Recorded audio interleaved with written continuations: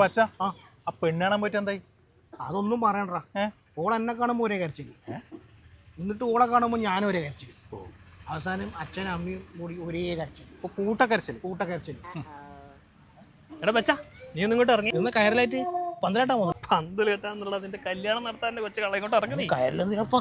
കയറ്, നിന്റെ നീളം ഞാൻ ഒന്നും കൂടി ഒന്ന് അളക്കട്ട്. ഒന്ന് ചുണ്ടുമരൽ പിടിച്ച കറക്റ്റ് പിടി. എടാ, ഈ സൈസിനൊത്തൊരു സാധനം കിട്ടണ്ടേ, ഒന്ന് റെഡിയാക്കണ്ടേ. ഇത്തവണ എന്തായാലും നിന്റെ കല്യാണം നടത്തും കേട്ടാ. നീ വെറുതെ എന്തല്ലോ പറഞ്ഞ പോലെ ഞാൻ കയറാൻ ഞാൻ കല്യാണം കഴിക്കുന്നത്. ഇവനെത്ര കല്യാണം നടത്തി കൊടുത്താണ്, ഇവനെ സെറ്റാക്കി തരും. വേണ്ടപ്പാ. എടാ, നീ അങ്ങനെയൊന്നും പറഞ്ഞാലല്ലേ ജീവിതത്തിൽ ഇത് അത്യാവശ്യമാണ്. ഞാനൊരു ഉദാഹരണം പറയാം. നിനക്കിതേ ഇവിടെ ആയിട്ട് ഒരു കുരു വന്നു, അതായത് ചന്തിക്ക്. അത് പൊട്ടി പഴുത്തു. നിനക്കെന്തായാലും ഇവിടം വരെ എത്തി മരുന്ന് തേക്കാനാവൂലല്ലോ. അതാവൂലപ്പാ, അതിങ്ങനെ ചൊറഞ്ഞ് തേക്കേണ്ടി വരും. ഇങ്ങനെ വളച്ച് എന്തായാലും എടുക്കാൻ കഴിയില്ല. വീട്ടുകാർക്ക് പിന്നെ എന്തായാലും പറ്റൂല. അപ്പൊ പിന്നെ നമുക്കൊരു ഭാര്യ ഉണ്ടെങ്കിൽ അത് എളുപ്പമായി. അപ്പൊ നമുക്ക് ജീവിതത്തിൽ എന്ത് വേണം? ചന്തിക്കൊരു കുരു വേണം.